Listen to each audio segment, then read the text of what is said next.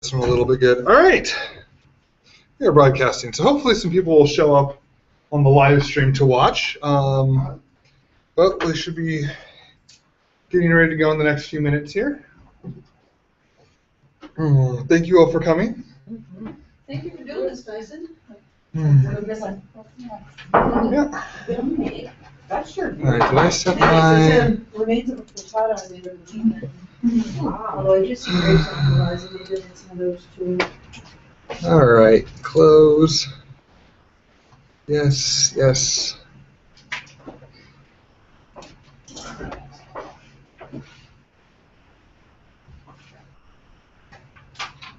All right, then.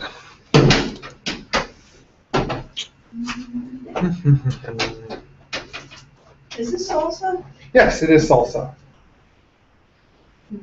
There are plenty of chips to go with it. And there's plenty of everything, so don't be shy about that. All right.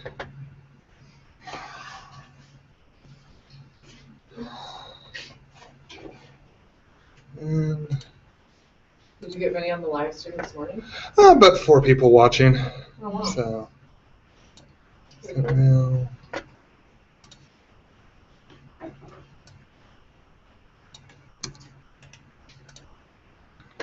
All right.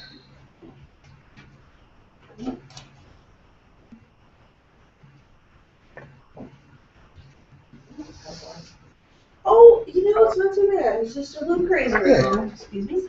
All right. Compose. Yes. I don't know if it's an actual t-shirt on it. It doesn't have a crust. It's like a t-shirt with a crust.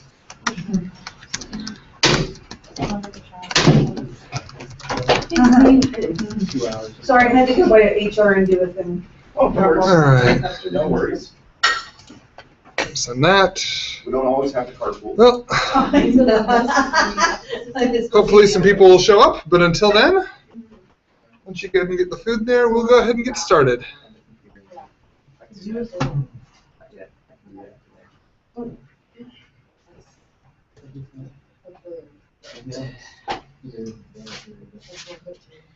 All right, and I got plenty of gluten-free stuff, so if you want gluten-free stuff, there's a bunch of crack. Most of the Very crackers are kind of gluten-free. you for people who do those things. Yep. All right. So, last people, come on in. There they go. Unfortunately, the coffee hasn't shown up, so hopefully it'll That's show what up at some we point. were told. But Oh, there's no coffee? there is no coffee. I am sorry, unless someone wants to go down and take the leftovers from the last meeting. There's coffee left over from the fourth floor. Yeah. Only decaf though. Oh, really? Well, that's bummer. But hopefully, midway through the meeting, it'll show up. I mean, as far as I'm aware, RI paid for coffee, so it better get here. All right. So, welcome. We're going to do, so this is the data sharing and security training / conversation. This is just to show you kind of what the state of PSU's data security options are, kind of the considerations that we have to keep in mind when we're handling client data, confidential data, human subjects data. This is coming at the head of what's going to be a big HIPAA evaluation of all of PSU.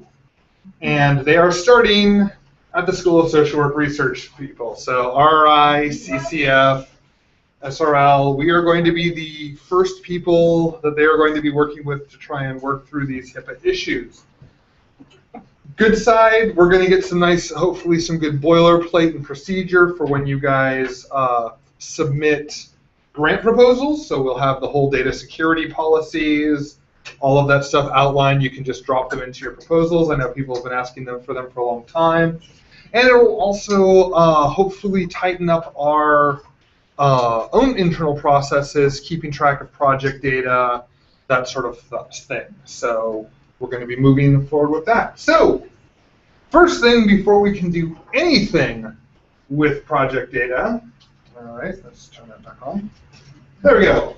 We need to ask some questions of the data to kind of figure out what tools are going to be appropriate for your data, what what resources we need to add, how much security we need to layer onto your data, that sort of thing.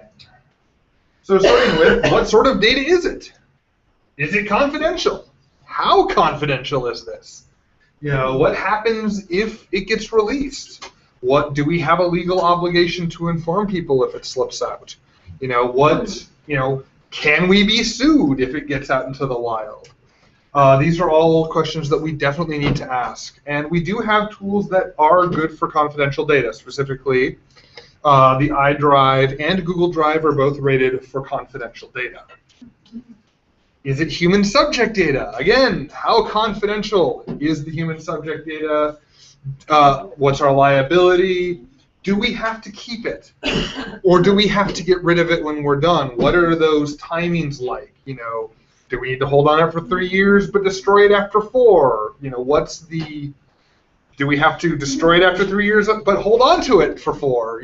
We've actually had some grants that have their data destruction requirements and their data retention requirements are different.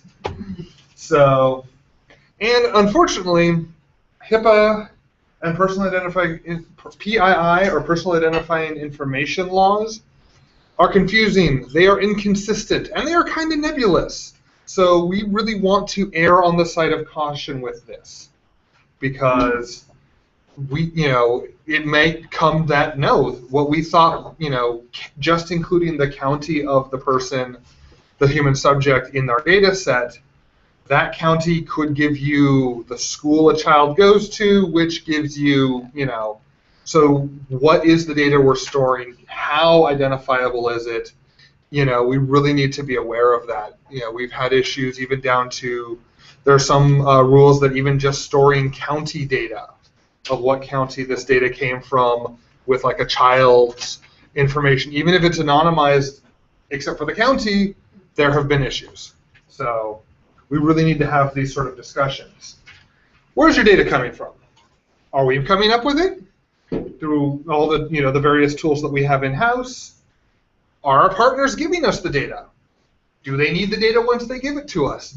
How regularly are they updating it? Can they just give us new files with updates? Do they need to be able to edit the files once they give it to us? These are questions we need to know. Who's using the data? Is it only being used on site? If it is, great. Everyone has Odin names. Everyone has Google Drive access. Everyone has iDrive access. We can be assured of that. If they're off-site, do they need access to all the project data?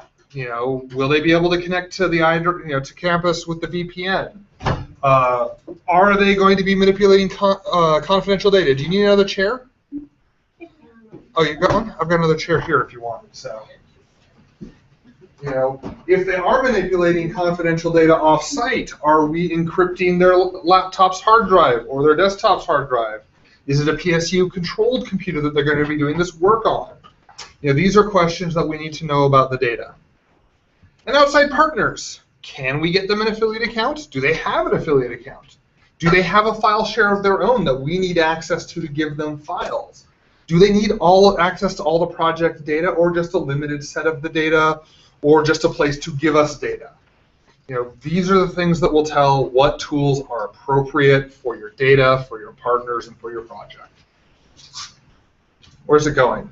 Are we just using it internally? Are we making, gathering the data, running reports, giving off the reports? Are we, just our observations and conclusions and our, wonderfully referenceable papers that get our names all over the place? Do they need the raw data back? Can we anonymize it? Can we just give them aggregate data without any, personal identifying information?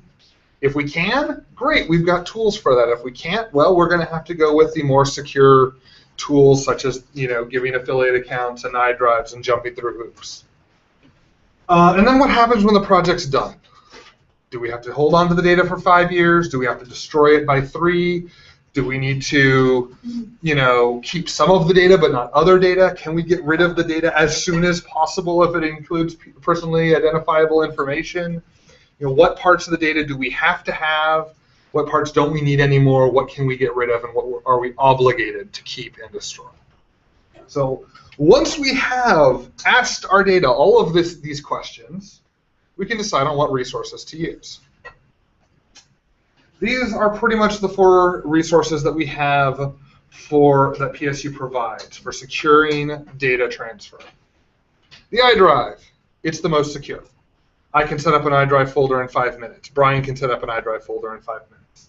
We can grant access or revoke access to anyone with an Odin account in less than 5 minutes, if we have to. We can edit, so it's very fast to set up, manage. You can connect to it over the VPN, and you can edit stuff in place without having to worry about multiple versions, that sort of thing. But you have to have an Odin account. So, either we have to set up an affiliate account for an offsite partner or otherwise. The research folder, same thing as the staff folder, except it's bigger. If you have video files, if you have lots of audio, this is the place for it. It has more storage. Again, you can edit it over the VPN. It is still just as secure as staff. However, it's about a 2 days to a week turnaround on any changes to it. So creating it can take up to a week, anywhere from 2 days to a week. Adding people, 2 days to a week. Removing people, 2 days to a week. So managing the access, the creation, that's a little more time-consuming because we have to go through a couple of different departments to set up those permissions.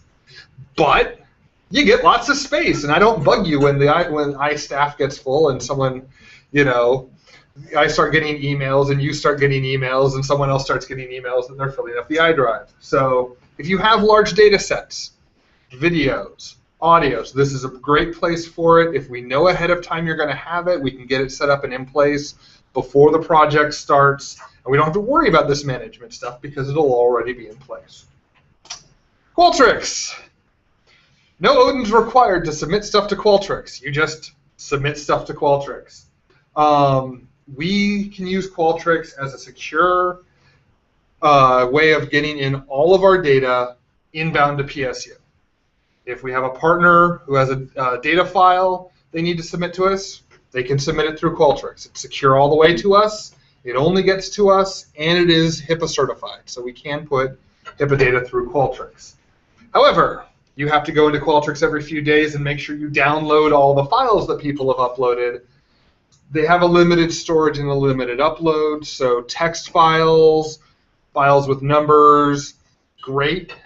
Video, no way. Audio, and PDFs, you may have issues getting them uploaded because it does have a limit on the upload size. Yes? There is a way to set that up if you're using a survey question for that, where people can be emailed if someone's completed it. Yes, we can set that up. So you can set up notifications whether or not someone's completed. Ooh, you've got 7 viewers. Hello, viewers. Hopefully, if they get questions, I will notice it and answer it. And I will part of this is I will walk you through setting up a basic Qualtrics survey for gathering files from partners. Again, this is a one-way into PSU. This is not a way to get files out of PSU. Do you have a question? No? All right. Google Drive. If you set up the Google Drive desktop sync, it syncs just like Dropbox if you set up the folders. It does not require an Odin to read stuff that you send via Google Drive. All it requires is you to attach to create a Google password attached to any email account. It's quickest to share. You can include confidential files in here. As far as we know, Google has never had a security breach beyond someone stealing someone else's username and password. So other than identity theft and login theft, they have not had a security breach of their storage there. As far as we know, it's not been publicized or whatnot. Yes? No. Oh yeah, knock on wood. Totally. It may happen next week. But in the 6-7 years that Google Drive has been going, they have not had a security breach beyond someone getting someone else's username and password and logging in as them, which everything is susceptible to. It cannot store subject PII or any HIPAA data because HIPAA has rules on where that data is stored. If you put a file up on Google Drive, they may actually be storing the file physically in Canada, in Mexico, in Europe, depending on what's the most expedient path to get that file to whoever looks at it. We have no control over that. It's all algorithmically done, so we can't put that sort of data that has data storage requirements. But like I said, business documentation, employee documentation, all of that stuff should be fine on Google Drive. Again, if you're really concerned, we can talk about it and find out just what we're dealing with. It may not be appropriate in all cases, but we can have that conversation. Why no Dropbox? Repeated data breaches, including the most recent one, which Dropbox was notified that the vulnerability existed in November of last year, and it didn't get patched, and it got into the wild, and they just patched it this month. Also, the license agreement. By accepting the license term, if Dropbox's security fails, as in, you are liable. You cannot sue. You have agreed that you will not sue them, that you will never sue them, unless you dig in within 30 days of signing up for Dropbox and clicking a very special link that they hide 12 pages into the legalese. Unless you do that, you are agreeing that you will not sue them if your data gets out into the wild by something that is completely their fault. So that's why we don't trust Dropbox. They are in no way a business class file solution. A lot of you have tried to do affiliate account creations. Thankfully, they just updated it last week. It's not great, but it's getting better. And we are in conversations with them for their next revision to get more transparency into this process. That should be coming in the OHM and banner updates coming in August, hopefully. If not, it'll be winter, at the end of the beginning of winter term. They're going to try and slip these updates in. But I will, as I get to points where there are plans to be updates, I will kind of give you heads up on that. So if you need to create an affiliate account for somebody, go into BandWeb. Every employee can go to the Employee Services tab, choose the affiliate account form, and fill it out. For the reason, you can either just put other, there's a contractor one, or I'm pushing to put research partner as one of the options. We just need a name, when the affiliate account needs to be created. So if you have a project that is forthcoming, we can set that date in the future. Makes it a little easier. We don't have to crunch so much. You need a name, first name, last name, and an email address for them to contact. When you do that, they will get this nice email telling them that they have had an affiliate account requested. And it's from noreply@pdx.edu, so tell them to keep an eye open for it. Tell them to keep an eye open for affiliate odin account request in the subject line. And they've got this link. They click the link. By that date. Currently, if that date goes by, you have to resubmit the form. One of the features that I am pushing for that may be on track for the next update is that a day or two before that date happens, if they haven't clicked the form, you'll get a notification that, oh, by the way, you should bug your person, they haven't clicked their form yet. So that's one thing that we are pushing for, and that is on the docket for the next update. They click the link and go to this form where it asks them their first name, last name, email address, phone number. They do not have to put their social security number in. This is making a banner record, same thing that every staff member and student gets. Putting the social security number in helps if we're trying to disambiguate John Smith versus John Smith versus John Smith. They don't have to do it. Also, if they have ever had a PSU ID number, if you put the PSU ID number in this form, cuts out like the first half. So if they have ever had an affiliate account before, have ever gone to PSU, have ever worked at PSU, if they can get that number, solves, skips over a lot of this stuff. But if they don't, we go through this form. They fill out this form. You now, since the update, will get this email. Person has completed the affiliate account supplemental form, and it's being processed. And you will be notified when it is completed. I'm not 100% sure that you will actually be notified when it is completed, or if that's for when the next update comes through.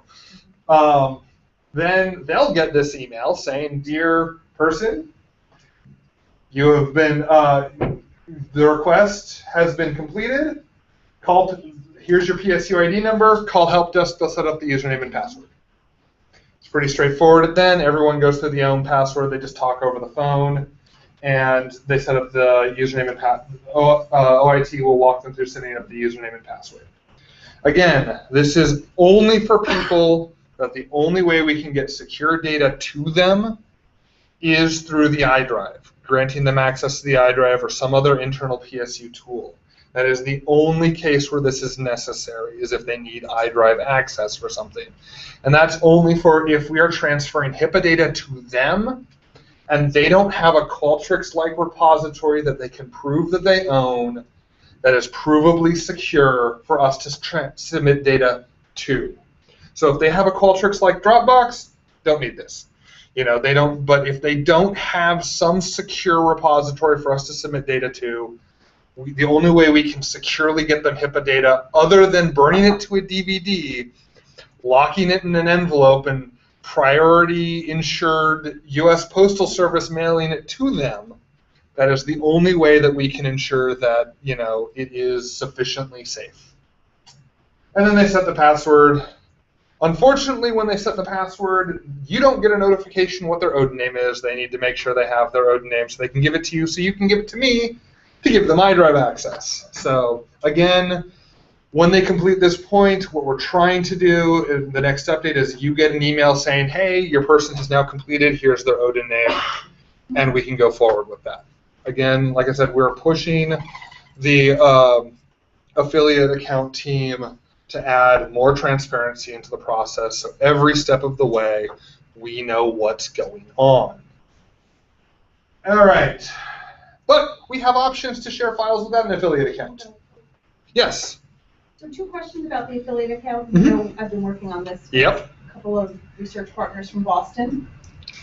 We had 4 people we were trying to get affiliate accounts for. 2 were successful. The other 2, it took over a month to Yes. get it to happen. So it was a really clunky system. It was a really clunky system. So when I outlined the steps as I saw them as a user Mhm. and sent them off to you and IT, I haven't heard back from anybody about those steps and Mhm. how to let our partners know so they can know what to expect of the steps. Is Mhm. there any attempts Yes. to document that? We are, OIT is working on a web page that's going to have if you are getting an affiliate account, here's the steps, where are you in the process, and how to tell where you are in the process and what you need to do. I'm working on authoring a document with them on that. So. Okay. And that would include what you do on your end to show them how to get where they need to Exactly. go in Mhm. file share. Mhm. And in terms of the affiliate account, when they get their folder, is there a way to have a number of people share the same folder versus each person having one folder? Yes, that's completely however we set up. If we're setting up one of the transit folders, which we set up specifically for, so if a remote partner doesn't need access to the entire project files, they just need a place for them to get files you're sending to them, we can set up a separate, not part of the iResearch project or the iCCF or CWP, whatever project folder, a separate file where we can transition files, and we will have a discussion when we set that up about that. Also, as a heads up to PIs, and this is going to be coming up more in the various planning meetings I'm going to be bringing it, is part of the preparation for this HIPAA thing, we're starting to implement more stringent data, project folder creation processes, because right now it is, I need a project folder. Okay, who needs access to your project folder? What do you want to call it? And we're done. But we don't have any sort of indication or tracking of how long does that project need to live, who has the authority to revoke or request access to that project. Will that project folder include HIPAA data? Will that project folder include PII about children? Both of those things have different rules and different whatnots. So we're going to try and have, I'm working on a worksheet, and I'm going to be bringing it to the various planning meetings for people to kind of take a look at and, give feedback and whatnot on. But it's looking like we're going to have a worksheet that's a 10, 15-minute, just sit down, go through it, and then we get you all the resources you need, and we have the records we need so that we can, get all the certifications that we need for that stuff. So, but if you are sharing files without an affiliate account, the easiest is the Qualtrics file drop. This is a secure transfer. It's one way, so files can come in. We can't send files out this way. The Qualtrics security is not sufficient for HIPAA data to be sent out this way. And there's the limited storage, limited upload size issues. But yeah, it's pretty straightforward to set one up. You go to Portland State, Qualtrics.com, log in with your PSU credentials. It'll take you through the single sign-on. You'll show up here. If it doesn't, talk to me. We'll get it fixed. It takes about 5 minutes for OIT to, put in requests to flip some switches to get you that. But pretty much everyone should be able to do this. You just choose the quick survey builder, give it a name, and then add your first question. And we're going to choose file upload. Give it a nice title to tell the person what it's supposed to do, and then launch it, and then activate it. And then you get this nice little link here you can give to anyone. They click that link, this is what they get. This is the most basic. You can add project logos, you can add more questions if you want, like enter what site you're submitting this from. Is this, enter what type of data this is. You can add more questions to get more information about what they're uploading. You can also set, in the survey options, you can set that people can, by invitation only, so that, you can prevent it from being indexed out on the web and all that. Yeah, there's a lot of settings. If you are going to set this up, please talk to me. We'll sit down, and it'll take 5 minutes. But we'll be able to go through and answer, how we want it to be secured, if they need if you really want to put it behind like a passcode, that sort of stuff. Again, the Qualtrics passcodes are not the most secure. I would not, they are not secure enough that we can trust them 100%. They are a roadblock. So once you have data and you've got notifications that you've had data, if you've set up notifications or otherwise, or if you just every Monday go in, check your results, go to the View Results tab, click the Download Data button, scroll down, and download a zip file of all the data. It gives you a nice zip file of all the files that people have uploaded to you, and you're good to go. So this is just a really quick way to set up, if you're bringing data from outside, that HIPAA data that we really need to make sure it is secure at every step. It's secure in transmission to Qualtrics. It's secure on the Qualtrics servers. It's secure from Qualtrics to PSU. And then if we put it on the iDrive, it's secure all the way into the project. So, that, any link break in that change. How can we send to outside partners? I just have a quick question from the chat here. So, how do we send from Tuan? How do we send HIPAA secured documents to outside partners? We have to set up an iDrive share and give them access to an iDrive share with an affiliate account. Currently, we do not have a better tool. There are plans that if we can get funding for them, we can get, some sort of file distribution service where you can send a secured link that requires a PIN number or other sort of authentication that's out of band that we can give them. But unfortunately, we don't have anything in place, and there's no money.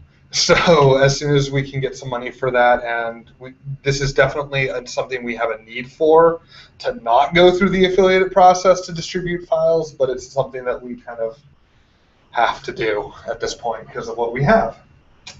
Google Drive! If the individual grants have funds to pay for that kind of service, is that something that's possible? That is something that's possible. If you do have that, to do the initial development, we do have servers available. We do have a web development team available.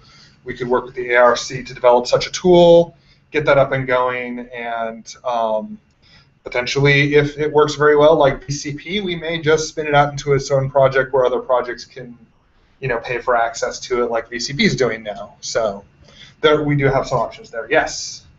Someone have another question? Nope. I'm somewhat concerned about creating a product for a grant that we then use as a way that other people can buy into. Mm-hmm. That's all. It is a concerning thing, and There's a lot of them limit programming. yes. And like, where would they? That's Mhm. Yeah. So, it really would depend on the grant dollars, what the grant will approve, that sort of thing. We've had historically, there's been a couple of things like the VCP and the SRL lab where we bought servers and software for a project, the project ends, and then we decide to come up with funding to maintain it beyond the project life and do further development and expansion beyond the project life. But that is something potentially in the future that we can have a discussion for. So yes, unfortunately, it comes back to if we're bringing it in, Qualtrics. If we're sending it out, either we need to send it out through getting them an affiliate account, or if they have a Qualtrics-like solution that is the same level of security that we can put files into them that is definitely controlled by them, and we can, it's provably theirs, and provably that only they have access to. That's an option. The other thing is Google Drive. It's nice. If you set it up like Dropbox, you can set it up like a folder on Dropbox. You've got revision tracking. You've got really nice email attachment, and it's very secure. Beyond you changing the permissions to let anyone in the world see it, or someone getting their username and someone else's username and password. It's very secure. Pretty straightforward to set up, to send out. You just open up, create a new email. Down at the bottom, you just mouse over the little attach button. You get the little insert files using Google Drive icon. You either drag the files into there or you select the files from the computer. This can actually accept much larger files than Qualtrics can. I think the file size for Google Drive the maximum file size is around 5 gigs. So if you really need to get a video to somebody, this is a way to get a video to somebody, as long as it's not HIPAA and all that sort of fun stuff. So I just dragged this in here, nice initiative map that we're working on. Send it off to Brian. And I need to say what sort of sharing options. If you send it with anyone with a link, email is a postcard. If anyone takes a look at that postcard, finds that link and clicks it, they have access to it. So you have more options. For a lot of stuff, you can just send it anyone with a link. Worksheets, proposals, whatever, non-confidential stuff, that's fine. But if they do, you have to, recipients of this email address are the only ones who can access it. And if you set that one, they must have a Google password associated with that email address. You can have a Google password associated with a Hotmail address. You can have a Google password associated with a DHS address. You can have, so they can just, and if you set this and they don't have a Google password, they click the link, it asks them to log in. They say, I don't have an account. They give it a password, and then they have an account. It's really straightforward. I think they have to give a first name and last name. But for the actual setting up, attaching a password to an email account to access files through Google Drive, it really is very straightforward. I will be releasing a video kind of walking through that, so if people are concerned, they will be able to watch that and just see me do it. Yes? Can you do it the other way? What if you're already in Google Drive and documents in there? Yes. Actually, if you go to here, you can actually click My Drive, hit Shared with Me, and then find it that way. I would not advise sending files through the Google Drive interface, just as I would not advise inviting people to calendar events through the Google Calendar interface. It's kind of messy. You can't really do good messages. It's much easier to do all of that through the Google Mail interface. It's just way simpler. It handles the sharing much better. like with calendar events, it handles the invitations much better. It's just, for some reason, going through the mail interface is way better than the Drive-specific interface or the calendar-specific interface for just day-to-day invitations. Now, once you get into the Drive interface, you have more options on like how you want to manage sharing. From here, you can say only people in PSU have access to this link, that sort of thing. So we can, there are a lot more options. But once you upload it through that mail interface, it just shows up in your Drive. And if you have your Google Drive synced, it shows up in here. And if you, if it's shared with you, it will show up in the shared with me. And if you want it to show up in your Google Drive sync folder, you just find it in your shared with me, drag it into my Drive, and then it'll sync down to your machine. And all subsequent revisions, regardless of who it is, will all sync. So it's really nice that way. So yeah, those are our options for securing files in flight. But there is one thing that gets around all of this. The hole in every piece of security we have, you. Phishing attacks, or more commonly known as identity theft. People who get your username and passwords, get access to our services, our files. They're growing in effectiveness. It's getting actually pretty bad. They're getting very targeted. These are not just, hey, give us your email and password. We are we are Johnny's tech support. They are really targeting people. There was a targeted attack against an HVAC company, air conditioning and heating and ventilation. And with a single username and password, hackers were able to get access to 110 million Target credit card records. You may have heard of this. If there are certain accounts that have access to iDrive folders, that if you get your username and passwords, get out into the world, they have access to all your confidential data that you have access to on the iDrive. Higher ed data loss nationally, we're looking at about 15% of all data loss is through higher ed institutions. And since 2005, we've had a lot of breaches. Not only that, because you have access to bandwidth with your username and password, they have access to bandwidth with their username and password. Just this last winter, they got access, and 3 people at PSU didn't get paid until their projects were able to find extra money to pay them a second time, because their direct deposit information changed the day before paychecks were sent out, and someone in Eastern Europe got paid. Don't you get like an email when that stuff changes? You can, yes. I mean, you do get an email, but if it's, depending on the timing, depending on whatnot. If they're smart enough to hack into that, Yeah. smart enough to block the email function. And if they have your username and password, they have your email. They delete it as soon as it comes in.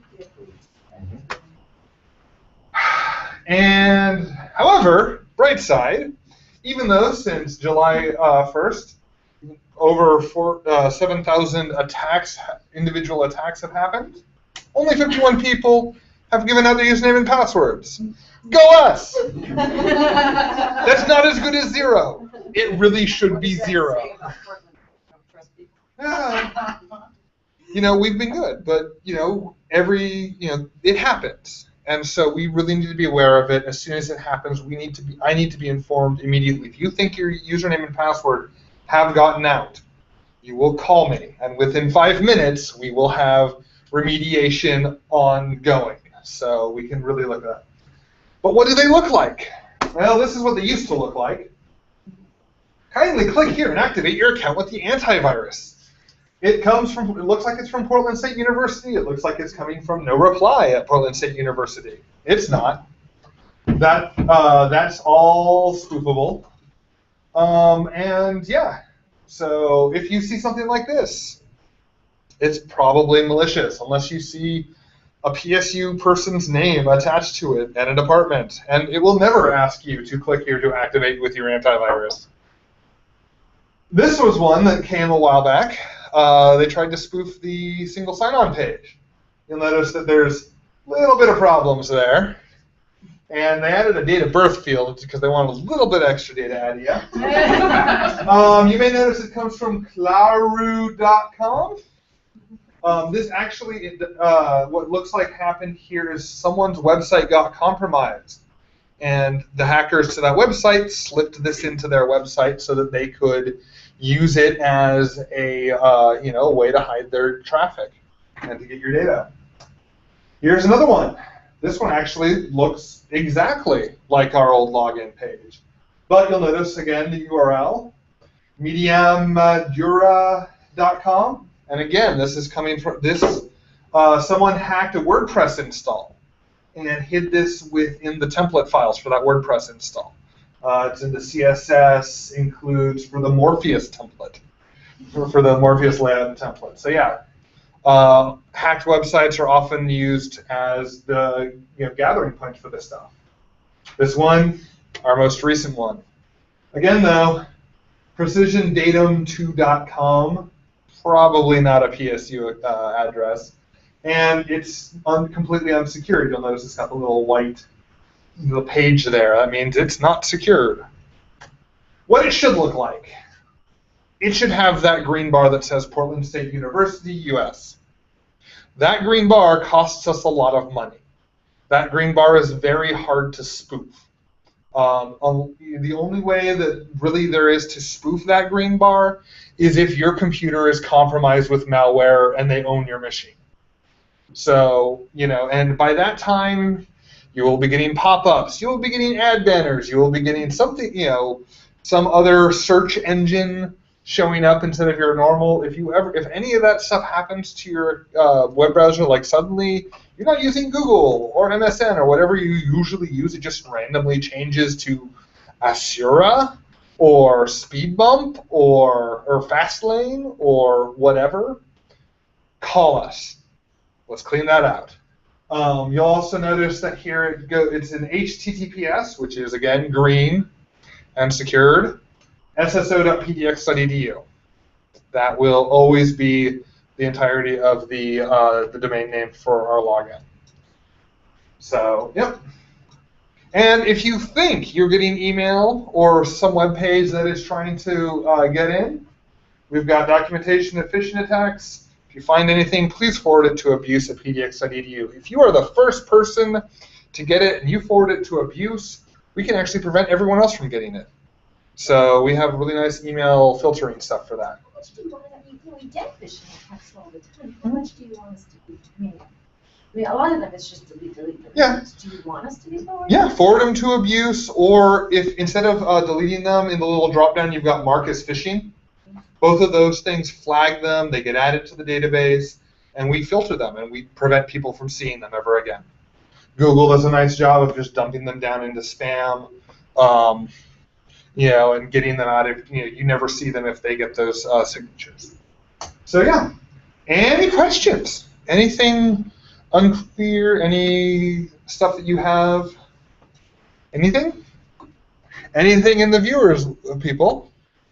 Is this going to be available online for some people who didn't want to Yes. make it thing, whatever? Yes. The slideshow. The recordings will all go out in an email tomorrow, links to all of them if you want to watch any parts of this. It's all been recorded. The earlier session was also recorded. If you want to flip to the last half of that and get some of the question and answers, it kind of cuts off a little weirdly because my laptop lost power randomly. But yeah, that will be up, and you'll probably everyone getting an email tomorrow with all the links to that if you want to review. Yes? You talked about this a little bit, but just because in all the things you mentioned, you have mentioned GitHub and that's something we use extensively. Yes. We don't use it for HIPAA Mhm. data, but we use it for everything else. Yes. Any comments on anything special we need to be doing for GitHub? It's actually really nice. It is really nice, but it again comes down to where is that data being stored? How are you securely accessing that data? GitHub, are you paying for GitHub access? That works. We're looking at options for PSU-hosted GitHub style stuff, but again, if we hosted a PSU, they need affiliate accounts. to access. But again, on a case-by-case basis, if you have a special need, talk to me. We have options. We have, at the very least, we'll be able to do a checklist of what are the concerns around your data to make you aware of where the risks are, and so you can ameliorate them as is appropriate for your project. These aren't set in stone.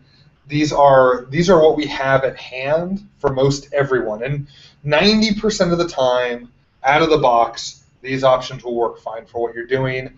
That 10%, let's sit down. We can have this discussion. Yes? One more question. So these things live on whatever drive, but oftentimes we're working on them on our own computers. Mhm. Obviously, if it's like physically in this building, that's another thing. Mm-hmm. What do we need to be thinking about for working on them on our own computers, our laptops? Many of us will work remotely. Anything special? 'Cause I can't do all my work. Yeah, no worries. Ideally, if you're working on HIPAA and other confidential data, there are ways that we can do things like encrypted hard drives, so that if your machine gets out to the world, no one can get access to that data, even if it is there. We do have a lot of options. We do have a lot of concerns. Operating with files in place on the iDrive really limits the exposure. That data is on the iDrive. Changes are on the iDrive. The cache is on the iDrive. We don't really have to worry about if you never move the file off of the iDrive onto your desktop, but leave it there and do all your work on there. That will stay there. We really don't have to worry about your local machine for almost all cases. So these files, at least in my case, and I'm sure in others, the reason we're using these files is to use them in Stata or SPSS or Atlas or whatever. And at least the way I've connected from home, I can't use my software with a file that's on the iDrive unless I bring the file onto my computer. Then we need to secure that machine. Then, if you bring the file onto the machine, we need to look at, can we encrypt your hard drive? Can we encrypt a part of your hard drive where that file can live? With the VPN and the direct connect that we now have to the iDrive, bypassing the whole My Files thing, almost all file types should be workable over VPN, directly connected to the iDrive folders. Almost all files. There are going to be some edge cases. If we run into them, we have workarounds. So Laura's going to be working off of the iDrive, but on her computer. I take it SPSS then? You can use SPSS. Mm-hmm. SPSS doesn't keep local caches as far as we're aware. So all the data stays on the iDrive and the memory of the machine, and the data transfer is all over the VPN. So it's a nice, really solid encrypted tunnel between the laptop and campus. So barring malware on your machine, which is a risk on personal machines, where you oftentimes have admin rights or are usually operating with admin rights, then that's the opening there. But we need to be aware of that. We need to make allowances for that. All right. Anything else? Questions, comments? Thank you, Jason. Please eat more of the food. We have a lot of it. Thank you all for coming, and thank you for the people who were watching the stream. Again, I will be emailing all of this out sometime tomorrow once it's all processed and everything. Right? If Tyson Coffee shows up, will you let us know? Yeah, I don't know what happened with that. They were over here. All right. Oh, okay, good.